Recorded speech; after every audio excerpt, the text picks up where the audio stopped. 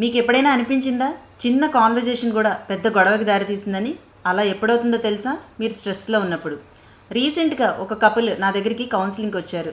Wife complaint ఏంటంటే హస్బెండ్కి ఆఫీస్లో వర్క్ స్ట్రెస్ ఎక్కువైపోయి తనని ఇగ్నోర్ చేస్తున్నారని, కంప్లీట్గా పట్టించుకోవడం మానేశారని.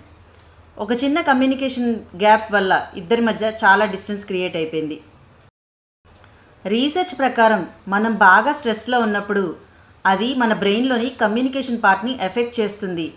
మనం ఎంత స్ట్రెస్ ఫీల్ అవుతే అంత టోన్ హార్ష్గా వస్తుంది, ఇంకా పేషెన్స్ తగ్గిపోతుంది. సో థెరపీలో నేనిచ్చే టూల్స్ని వాడడం ద్వారా మీ స్ట్రెస్ని తగ్గించుకోవచ్చు, ఇంకా కమ్యూనికేషన్ని చాలా వరకు ఇంప్రూవ్ చేసుకోవచ్చు. మీరు కూడా మరి స్ట్రెస్ వల్ల, కమ్యూనికేషన్ గ్యాప్ వల్ల రిలేషన్షిప్లో ఇబ్బందులు ఫేస్ చేస్తున్నారా? నా థెరపీలో communication improvement and stress handling రెండు హ్యాండ్ ఇన్ హ్యాండ్ వెళ్తాయి. మరి ఇలాంటి మరిన్ని టిప్స్ కోసం నా పేజ్ని ఫాలో అవ్వండి ఆర్ మెసేజ్ చేయండి. Let's start your healing journey together. Thank you.